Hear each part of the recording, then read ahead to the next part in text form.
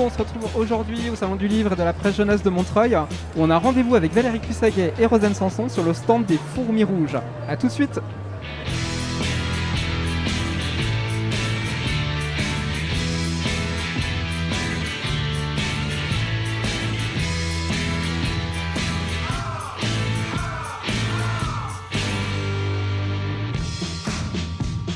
Bonjour Rosanne, bonjour Valérie, on se retrouve sur le salon de Montreuil. Là on y est vraiment, on est dans le jus.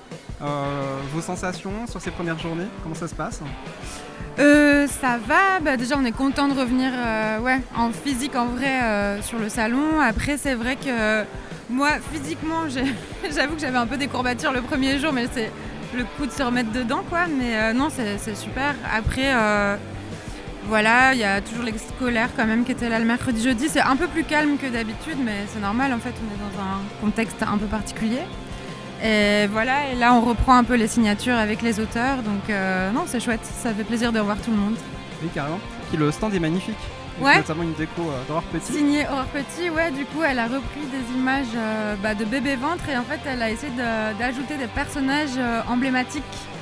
Faire des petits clins d'œil en fait à plein d'auteurs. Voilà, tu vois Alexandra Pichard avec le canard, le petit singe de Une super histoire de cow-boy, Delphine Perret, Pedro Crocodile, enfin voilà. On a aussi Moustique de Sophie Guérive qui vole au-dessus de nous, voilà.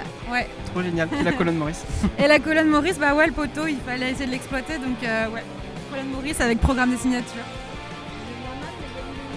Et le lama de Magali Le Huche. Le lama. Ouais, c'est ça, voilà.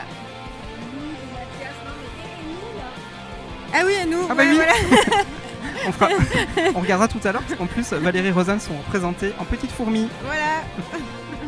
Et toi Valérie alors, ces premières journées, comment tu les vis Écoute, alors moi, j'avoue, les 3 premiers jours, j'arrive que le soir.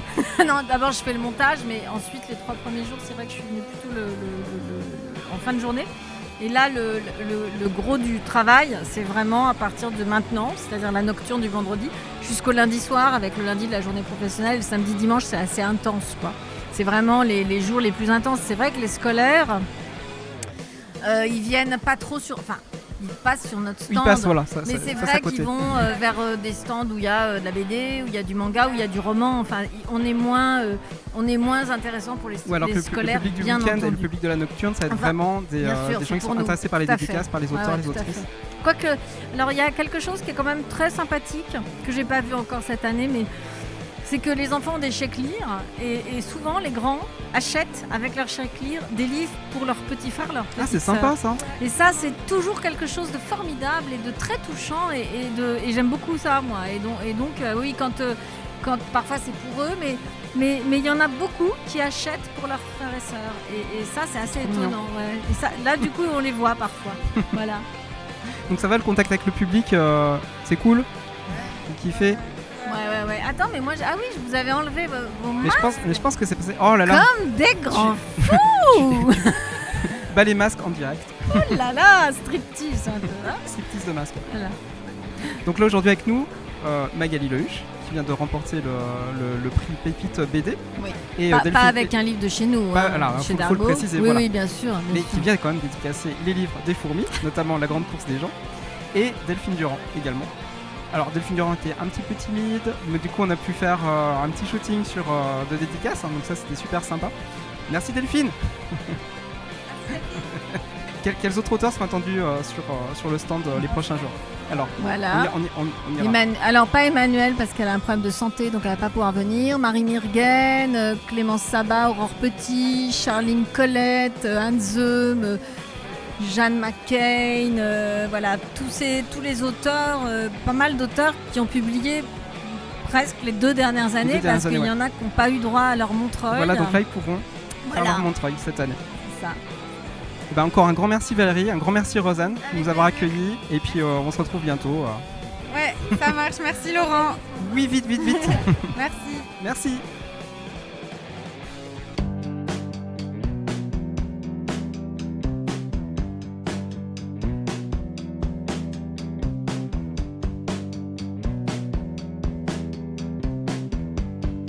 Salut Magali. Salut. Comment tu vas ? Ça va bien. Et ça va super bien parce qu'en fait tu viens de gagner un prix à Montreuil, le prix Pépite BD. Ouais. Ça fait quoi ? Et ben en fait ça fait que ça me touche beaucoup parce que c'est un jury d'enfants qui a voté pour ma BD et donc je suis très touchée que ce sujet me parle aux ados de cette génération. Donc ça me fait super plaisir. Ah oui, carrément. Donc Nowhere Girl, c'est donc l'album autobiographique où tu racontes en fait ton amour, ta passion pour les Beatles. Alors ouais, je raconte mon année de 6e, mon année de rentrée au 6e, où j'ai découvert les Beatles en même temps que j'ai découvert que j'étais mal à l'école. J'ai fait une phobie scolaire en fait. Donc je parle de cette période où on quitte l'enfance pour aller vers l'adolescence, où on est un peu dans un entre-deux, où on ne sait pas trop qui on est. Et moi à ce moment-là, j'ai fait une sorte de déprime. En tout cas, comme tu disais, t'as plus aux enfants. Et est-ce que quelque part en fait, t'as une sorte de message à donner aux enfants, aux adolescents en fait, qui se trouvent un petit peu finalement en dépression scolaire, et peut-être le fait de s'accrocher justement comme ça à une passion, ça peut sauver une année. En fait, ouais. Alors je sais pas si c'est un message en fait. J'espère que ça peut rassurer surtout. Moi j'aurais aimé à l'époque où j'étais en souffrance scolaire avoir un livre qui me rassure. Après je suis persuadée que c'est un âge un peu sensible où on peut s'attacher fort, ou s'intéresser avec beaucoup d'intensité et de passion à des livres, des films, de la musique. Et je pense que c'est un âge où on découvre intensément, qu'on fait des découvertes qui vont nous suivre et nous porter longtemps. Moi c'était le cas avec les Beatles, mais je pense que peut-être, et j'espère que ça fait écho, ou à des adultes qui ont vécu ça, ou à des enfants aujourd'hui qui s'accrochent à des choses, à l'art en fait, hein, ou au sport, ou à quelque chose qui donne des perspectives et des envies à un âge où on ne sait plus trop, c'est plus les envies d'enfants, c'est pas encore les envies d'adultes, et donc voilà, j'espère que ce livre pourrait éventuellement réconforter ou même donner envie d'écouter les Beatles, pourquoi pas, puisque c'était mon idée de départ. C'est surtout qu'on les oublie pas.